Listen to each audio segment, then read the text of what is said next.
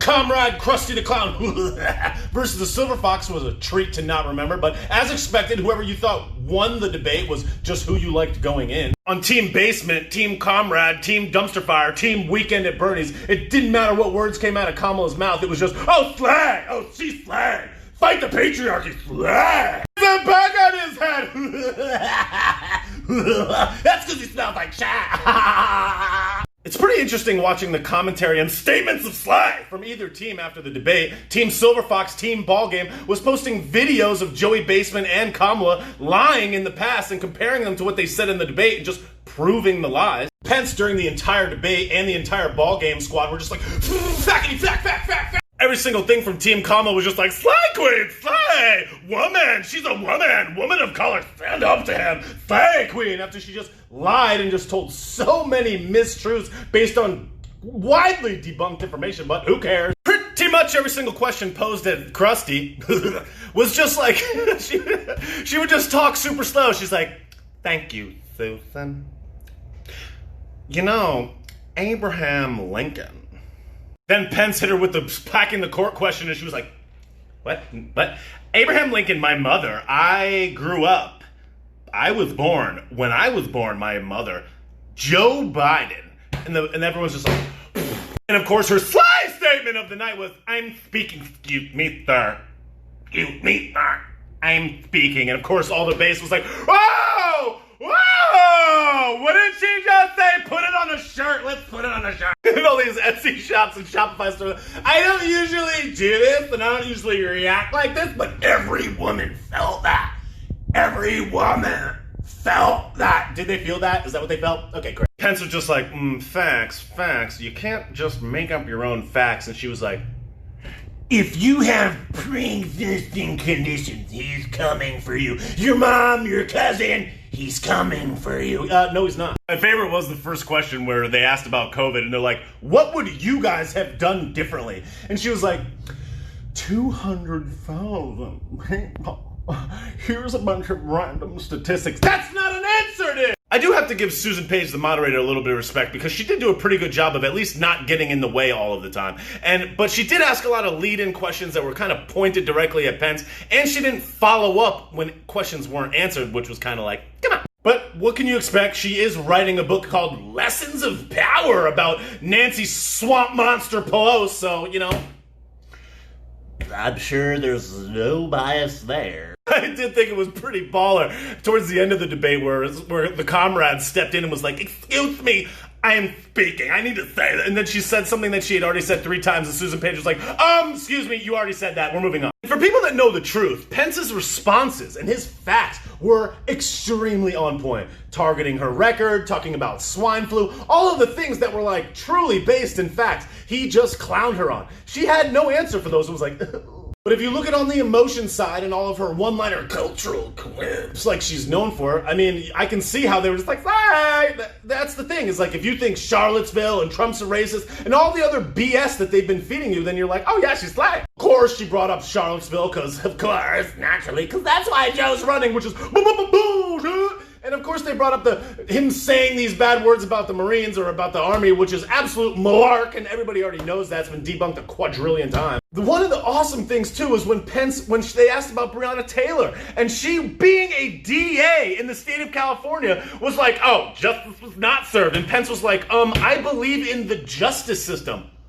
Yeah, definitely a cause for concern if a former DA and prosecutor in the largest state in America, most populous state, doesn't believe in the justice system. Yeah, that's a little concerning, Jack. I am the only one on this state that has been a prosecutor. I am the only one. Okay, cool. I'm not gonna be lectured. No one's lecturing you. It's a debate. That's not a thing, dude. People suggest that it's mansplaining when a man is speaking to a woman. No one cares about your gender or your race. It's two people fighting for a job, fighting for a vote. It's not mansplaining, dude. It doesn't matter what he did. It was like, oh, mansplaining. Fight the patriarchy, queen. Woman of color.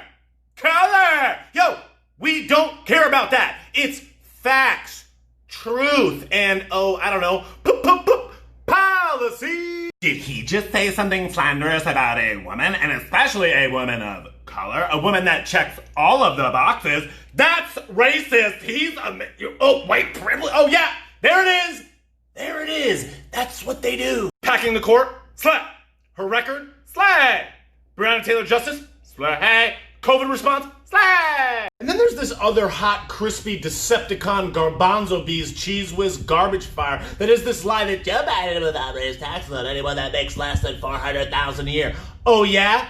Let me just, prove that in real time. The first proof was properly explained by Silver Fox, Big Pence, Big Ballgame, Donnie Ballpark 2020, even the Fly voted for Ballgame. If Joey Basement repeals the Trump tax cuts, right there, boom, there's one. And he said it in the debate, but who cares? Who cares about the facts?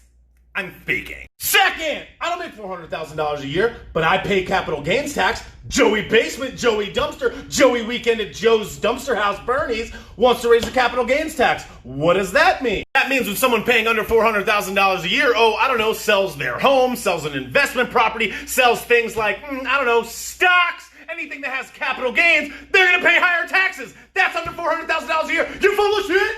Again, Comrade Krusty, Joey Basement, Joey Virtue Signal, they are very talented liars. They love to just slide it in for only people that understand the depth of the truth, that only understand the full depth of what's actually being said. You take them at face value like everyone's, hey, she said something cultural. She's got Converse.